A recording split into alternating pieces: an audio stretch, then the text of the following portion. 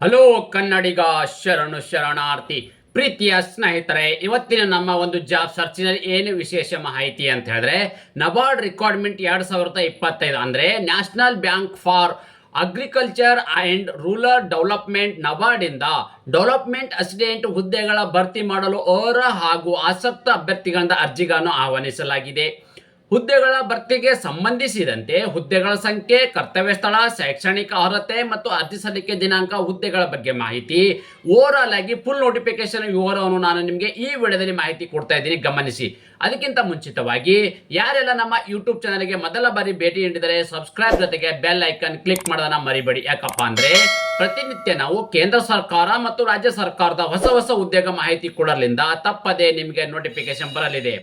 ಪ್ರೀತಿಯ ಸ್ನೇಹಿತರೆ, full notification ಬಗ್ಗೆ ನಾವು ವಿವರ ನೋಡ್ತಾ ಹೋಗೋದಾದ್ರೆ ಹುದ್ದೆಗಳ ಬಗ್ಗೆ ನಾವು ಮೊದಲೇ ಗಮನ ಹರಿಸೋಣ.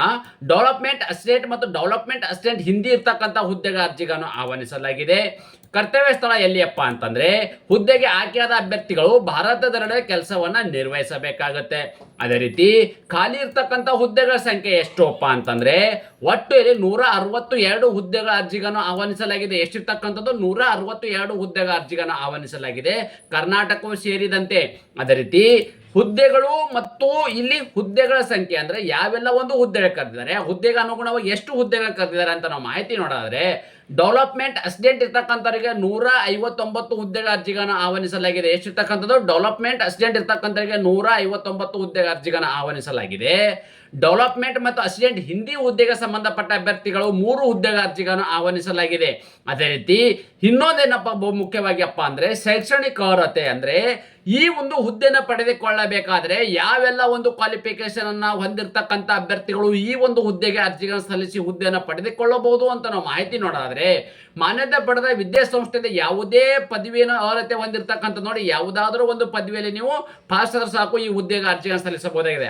ಅದರಲ್ಲಿ ಬಹು ಮುಖ್ಯವಾಗಿ PWD ಮತ್ತು ಮಾಜಿ ಸೈನಿಕ ಅಭ್ಯರ್ಥಿಗಳು ಹೊರತುಪಡಿಸಿ ಉಳಿದೆಲ್ಲ ಅಭ್ಯರ್ಥಿಗಳು ಕನಿಷ್ಠ 50% ಅಂಕಗಳೊಂದಿಗೆ ಉತ್ತೀರ್ಣರಾಗಿರ್ಬೇಕು. ನೋಡಿ, ನೀವು ಡಿಗ್ರಿಯಲ್ಲಿ ಯಾವುದಾದ್ರೂ ಒಂದು ಡಿಗ್ರಿ ಪಾಸ್ ಆದ್ರೂ ಸಾಕು ಈ ಒಂದು ಹುದ್ದೆಗೆ ಅರ್ಜಿಗಳನ್ನು ಸಲ್ಲಿಸಬಹುದಾಗಿದೆ.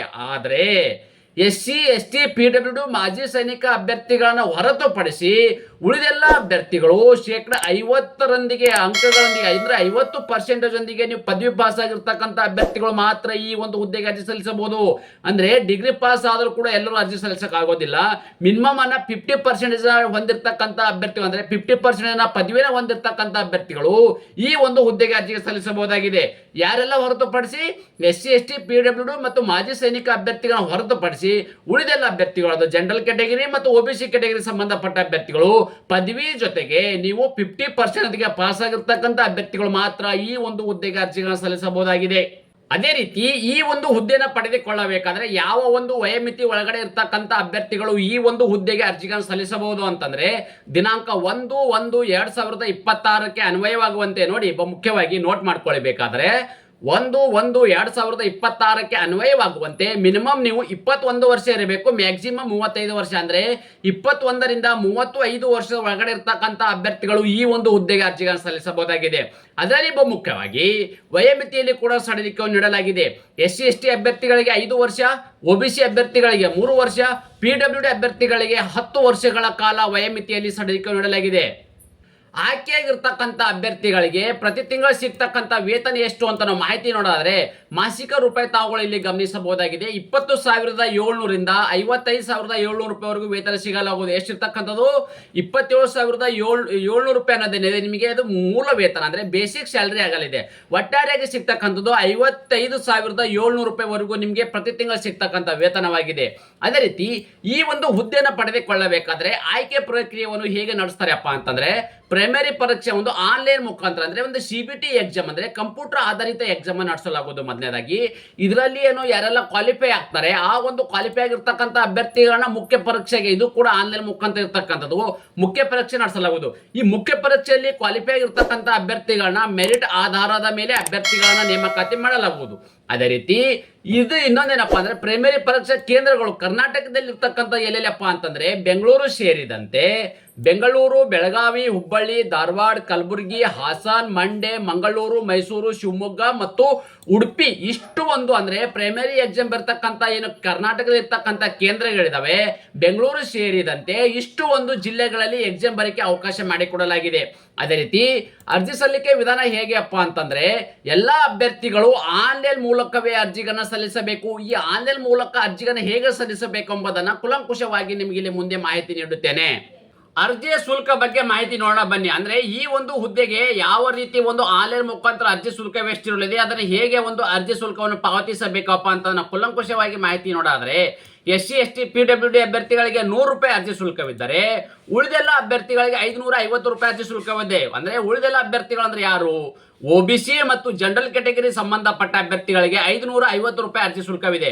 ಹಾಗಾದ್ರೆ ಈ 550 ರೂಪಾಯಿ ಅರ್ಜಿ ಶುಲ್ಕವನ್ನು ಹೇಗೆ ಪಾವತಿಸಬೇಕಪ್ಪ ಅಂತಂದ್ರೆ ಅಭ್ಯರ್ಥಿಗಳು ಆನ್ಲೈನ್ ಅಪ್ಲಿಕೇಶನ್ ಹಾಕ್ತೀರಿ. ನೀವು ಆನ್ಲೈನ್ ಅಪ್ಲಿಕೇಶನ್ ಹಾಕಬೇಕಾದ್ರೆ debit card, credit card, net banking, PhonePe, Google pay ಮುಖಾಂತರ ಈ ಅರ್ಜಿ ಶುಲ್ಕವನ್ನು ನೇರವಾಗಿ ಪಾವತಿ ಮಾಡೋಕೆ ಅವಕಾಶ ಮಾಡಿಕೊಡಲಾಗಿದೆ. ಅರ್ಜಿ ಸಲ್ಲಿಸಲು ನಿಗದಿಪಡಿಸಿದ ದಿನಾಂಕದ ಯಾವಾಗಪ್ಪ ಅಂತಂದ್ರೆ ನೋಡಿ, ಈ ಒಂದು ಹುದ್ದೆನ ಅರ್ಜಿ ಸಲ್ಲಿಸಕ್ಕೆ ಪ್ರಾರಂಭ ದಿನಾಂಕ ಜನವರಿ 17, 2026 ಆಲ್ರೆಡಿ ಪ್ರಾರಂಭವಾಗಿದ್ದು ಅರ್ಜಿ ಸಲ್ಲಿಸಲು ಕೊನೆಯ ದಿನಾಂಕ ಯಾವಾಗಪ್ಪ ಅಂದ್ರೆ ಫೆಬ್ರವರಿ 3, 2026. ನೋಡಿ, ಅರ್ಜಿ ಸಲ್ಲಿಸಲು ಕೊನೆಯ ದಿನಾಂಕ ಫೆಬ್ರವರಿ 3, 2026ಕ್ಕೆ ಈ ಅಪ್ಲಿಕೇಶನ್ ಕೊನೆಗೊಳ್ಳಲಿದೆ. ಅದೇ ರೀತಿ ಪ್ರೈಮರಿ ಪರೀಕ್ಷೆ ದಿನಾಂಕ ಯಾವಾಗಪ್ಪ ಅಂದ್ರೆ ಫೆಬ್ರವರಿ 21, 2026 ಅಂದ್ರೆ ಪ್ರೈಮರಿ ಪರೀಕ್ಷೆ ನಡ್ತಕ್ಕಂಥದ್ದು. ಅದೇ ರೀತಿ ಮುಖ್ಯ ಪರೀಕ್ಷೆ ನಡ್ತಕ್ಕಂಥದ್ದು ಏಪ್ರಿಲ್ 12, 2026 ಅಂದ್ರೆ ಏಪ್ರಿಲ್ ತಿಂಗಳು 12ನೇ ತಾರೀಕು 2026ರಂದು ಮುಖ್ಯ ಪರೀಕ್ಷೆ ನಡ್ತಕ್ಕಂಥ ದಿನಾಂಕ ಕೂಡ ನೀಡಲಾಗಿದೆ. ಅದೇ ರೀತಿ ಇನ್ನೊಂದೇನಪ್ಪ ಅಂದ್ರೆ ಫುಲ್ ನೋಟಿಫಿಕೇಶನ್ ಬಗ್ಗೆ ನಿಮ್ಗೆ ಆಡಿ ವಿವರ ನಾನು ನೀಡಿದ್ದೇನೆ. ಟೆಲಿಗ್ರಾಮ್ ಮತ್ತು ವಾಟ್ಸ್ಆಪ್ ಚಾನಲ್ ಕೂಡ ಜಾಯ್ನ್ ಆಗಿ. ಯಾಕಪ್ಪ ಅಂದ್ರೆ ನಾವು ಕೇಂದ್ರ ಸರ್ಕಾರ ಮತ್ತು ರಾಜ್ಯ ಸರ್ಕಾರದ ಹೊಸ ಉದ್ಯೋಗ ಮಾಹಿತಿಯಲ್ಲಿ ಅಪ್ಡೇಟ್ ಕೊಡೋದ್ರಿಂದ ನಿಮಗೆ ನೇರವಾಗಿ ಪಡೆಯಬಹುದಾಗಿದೆ.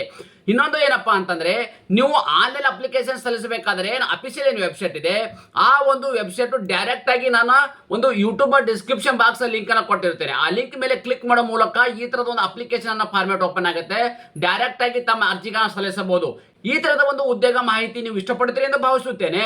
ಈ ಉದ್ಯೋಗ ಮಾಹಿತಿ ನಿಮಗೆ ಇಷ್ಟವಾದರೆ ನಿಮ್ಮ ಫ್ಯಾಮಿಲಿಗೂ ಫ್ರೆಂಡ್ಸ್ಗೂ ಶೇರ್ ಮಾಡೋದನ್ನ ಮರೆಯದಿರಿ. ಧನ್ಯವಾದ.